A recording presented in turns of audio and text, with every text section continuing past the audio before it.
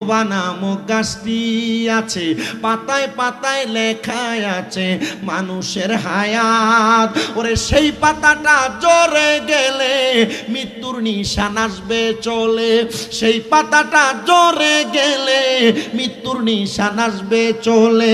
শেষ হইবে তোমাদের হায়াত, পাপী উম্মত কে করিবে পার। পাপী উম্মত কে করিবে পার। কঠিন হাসরের দিনে আখিরি নবীজি বিনে পাপী উম্মত কে করিবে পার। নবী বলবে আবু বকর তুমি লও দোজখের খবর, উম্মত নি দোজখে যায় আমার। নবী বলবে আবু বকর তুমি লও দোজখের খবর, উম্মত নি দোজখে যায় আমার। কোথায় বাবা উসমান গনি তুমি লও কাউসারের পানি, কোথায় বাবা উসমান গনি তুমি লও কাউসারের পানি। উম্মতের করাও না আহার, পাপী উম্মত কে করিবে পার। পাপী উম্মত কে করিবে পার।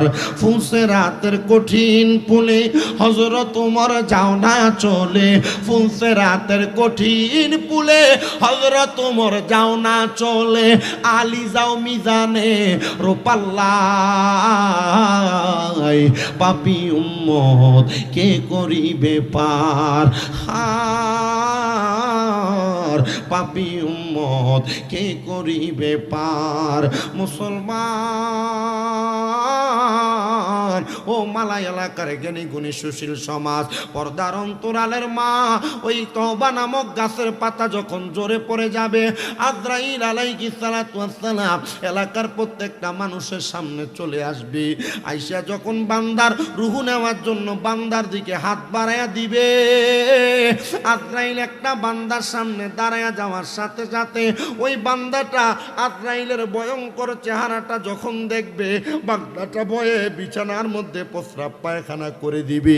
চিন্তা করে দেখো ও মালাই এলাকার মানুষ, এই মালাইয়ের কত মানুষ মারা যায়, মারা যাওয়ার সময় বিছানার মধ্যে প্রস্রাব করে দেয়, মারা যাওয়ার সময় বিছানার মধ্যে পায়খানা করে দেয়।